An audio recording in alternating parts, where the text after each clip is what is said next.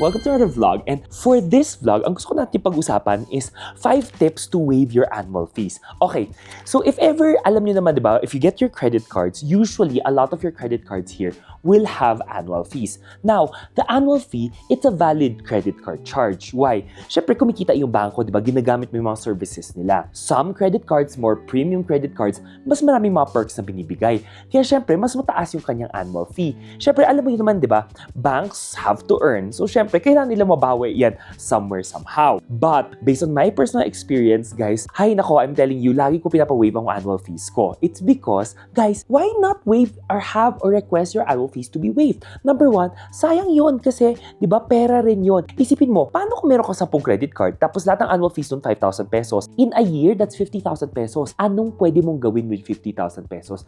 Yun yung dapat iniisip mo, di ba? Kaya parang, o nga, no? Why would you pay for that? Because, di ba, sayang yung pera na yan, di ba? Remember, the banks earn money every time you swipe. Syempre, di ba, may mga transaction fees yan, mga merchant fees na charge yung mga bangko na yan, and even the payment providers like Visa and MasterCard to the merchant. Kaya nga, syempre tayo, every time na kinaskas natin card natin, kumikita sila ng bangko. Huwag natin kakalimutan yan. Kaya syempre, tayo, for this afternoon, for today, we're going to talk about how are 5 ways or 5 tips kung paano ba natin ipa-waive ang annual fees.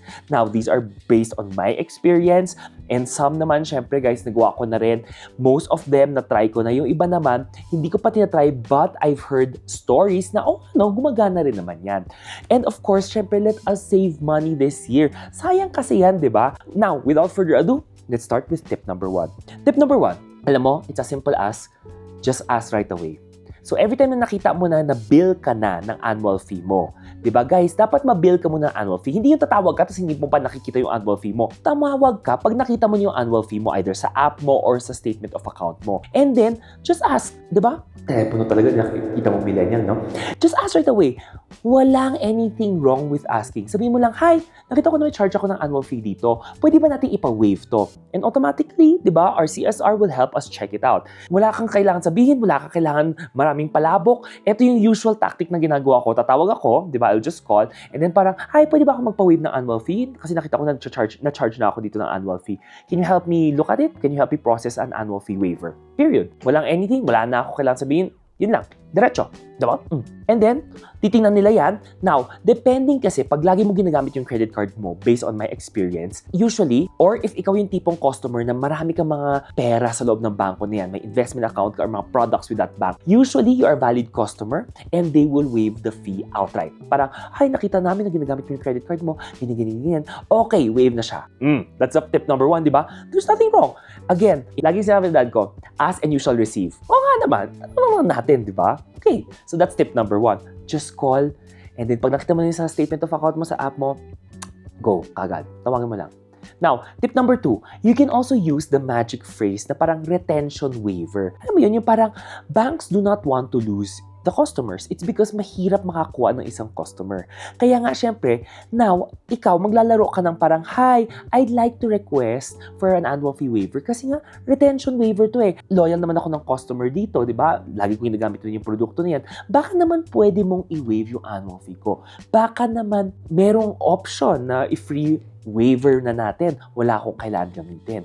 Diba? Hindi ka nagmamakaawa. You're just stating it in fact that kailangan mo. And then, of course, diba? Mali mo, ibigay rin sa'yo. There's nothing wrong again to say and to ask for an annual fee waiver. Walang problema dyan.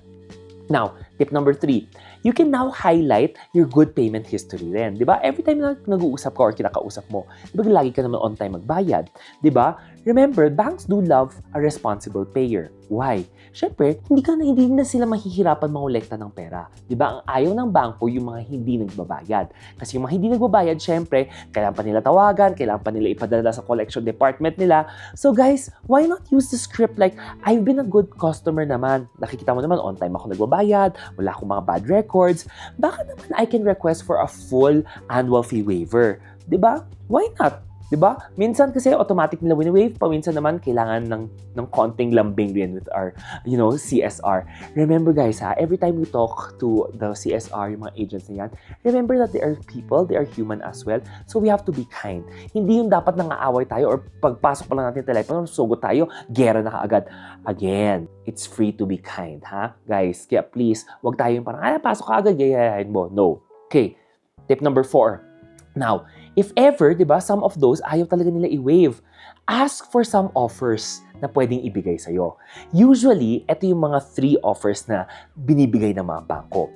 Unang-una, yung favorite ko rin gamitin paminsan. Kung, let's say, yung card na yan, gusto ko i-keep pero hindi ko masyadong nagagamit.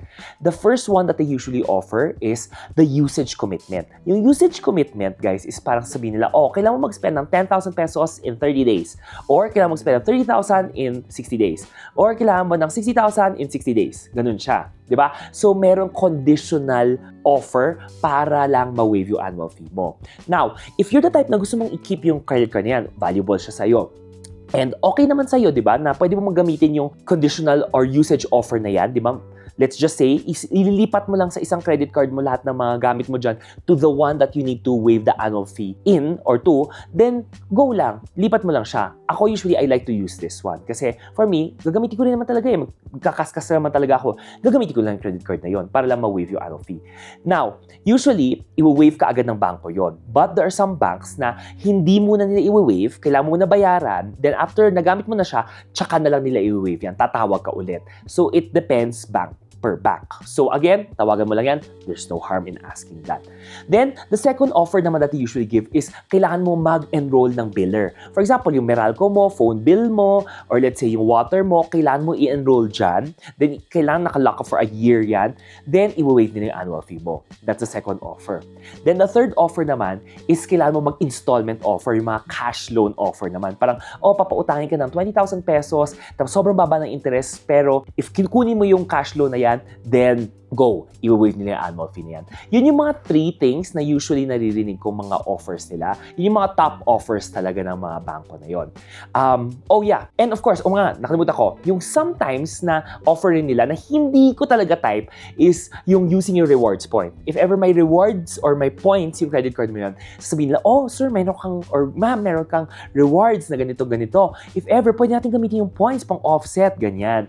Ako personally, I don't want to use that. It's because points ko, pera yan, no? So parang ayoko talaga. No thank you. Hindi ko gagamitin yung rewards ko for that kasi pwede ko siya gamitin for air miles or pang cash rebate. So ako personally, I would go with the conditional offer or spending offer, yung mga usage. And then the next one is pwede mo i-enroll yung isang biller mo if ever you want to enroll and keep that credit card. So that's tip number 4. And then last but not the least, tip number 5, ito yung parang use as needed lang ha. There are times where you can use the cancellation route, diba? Na parang, last resort talaga. As in, last resort talaga to. Na parang, sige, wag na lang. Marami naman ako ba credit card. Sige, let's just cancel the credit card. Okay, now guys, there are times kasi that some banks, super rarely some banks, talagang, okay, kung ayaw mo talaga, okay, cancel na natin. Dire-diretso na yan. There are some banks naman na sinasave ka pa. Now, most likely, a lot of banks would like to save you as a customer. It's because, syempre, you're a customer, you're a paying customer, diba? Especially if you have good track record, ayaw nila mawala ka as a customer.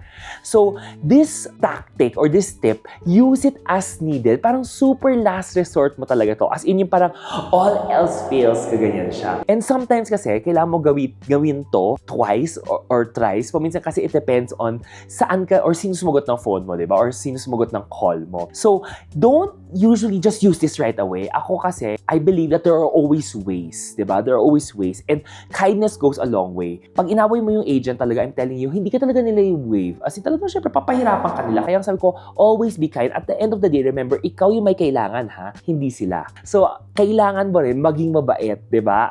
So, usually, try it out. If ever, super last resort siya. Now, etong resort na to, or etong tip na to kasi, don't forget na when you cancel a credit card, dapat walang balanse siya. Kasi kung may balanse pa siya, hindi mo makakancel yung credit card na yan. Yun lang yung one tip na kailangan mong alalahanin as well. So, yun siya. Okay, now, let me give some bonus tips rin, diba? Bonus quick tips dito. Number 1, pinaka-importante dito is whenever you want to call for an annual fee waiver, kailangan posted muna siya doon sa account mo. So either sa app mo or sa SOA mo. Huwag kang tatawag nang hindi pa siya posted. Kasi guys, hindi nila alam kung anong i-waive nila. Kasi wala pa siya. A lot of you might ask me na parang, Jax, pwede ko matawagan? Hindi mo pa pwede tawagan kasi hindi nila alam kung kailan siya papasok or hindi nila makita sa record mo. So anong i-waive niya? Kasi hindi pa siya pumasok. 'Di ba? So, kailangan kita mo yung line item na yon. Number 2, definitely there are some apps na in our mobile apps or yung banking apps mo na pwede mong i-self-service yung pag-waive ng annual fee or doon sa hotline na yan para hindi ka na kailangan mag-call center. Diba? That's another bonus tip natin. Then, if ever denied ka naman, try to call again. There's no harm in calling again. Iba-iba kasi yung customer service representative discretion din. So, paminsan it works, paminsan hindi. Diba? So, again, you have to be kind. Keep the tone very friendly as well. Diba? Mas willing silang tumulong pag mabait ka rin o pag helpful ka rin. Diba? And of course, don't forget, you have to get the reference number rin. Reference number, it's for you to be safe lang para at least alam mong, okay, pag tumawag ka ulit, just in case hindi siya na-waive or hindi siya natanggal sa account mo, alam mong pwede mong balikan yun. And last but not the least, diba? Syempre, if ikaw yung tipo tao na ayaw mo mag-isip ng annual fee, definitely apply for a credit card na walang annual fee for life. Or kung may mga promos sa mga credit cards na walang annual fee for life na promo, why not apply then in there? Kasi at least wala ka ng sakit sa ulo. Sadly, ako mga credit cards ko usually may mga annual fee siya. It's because nung time na yon, wala sila mga ganung no annual fee for life na promos. But now, ang dami na. And if you wanna check it out, definitely the Kaskasan Buddies mobile app is here. You can check out kung ano yung mga latest promos or the Facebook page na Kaskasan Buddies. Nandyan, we post every month sino yung mga pay promos na no annual fee for life. But again, guys, don't forget ha, of course, whenever you apply for credit cards, dapat swak siya sa lifestyle mo, fit siya sa lifestyle mo, yung talagang gagamitin mo siya. Huwag lang tayo a-apply because, ay, may maraming promos or biglang may promo pala na ganito. For me, kailangan sakto siya, gagamitin mo rin siya. Kasi guys, paminsan, di ba, sa dami mong credit cards, kung tawag ng annual fee, baka naman tamarin ka rin, di ba? Siyempre, we want to make it less friction for us to use para at least we can spend time on things that are more important for us. So guys, I hope you enjoyed this vlog. It's a very short vlog lang. Pero my pro tip here, let's save money. Huwag tayo magbayad ng annual fee. Alam ko, papagalitan ako ng mga bangko, pero I don't personally like paying for annual fees as well. Pero kasi ako guys, ginagamit ko naman yung card ko na yan. Remember, kumikita naman sila sa akin kasi grabe naman ako manggamit ng credit card. Never na ako nagka-cash eh. Lahat ng pwede card, kina-card ko na nga, di ba? So, again guys, this 2026, if ever you're still paying for those annual fees, please have it waived. And then let me know ano yung mga other tips nyo that you can share. And of course guys, kung magkano ang natipid mo without paying annual fees. So guys, if you love this video, please don't forget to like, subscribe, and hit that bell notification button. And if ever meron kang mga kaibigan nagbabayad ng annual fee, baka naman kailangan mo i-share tong video na to para at least alam mo na magtipid rin sila ng pera. Okay, I'll see you on the next vlog. Bye guys!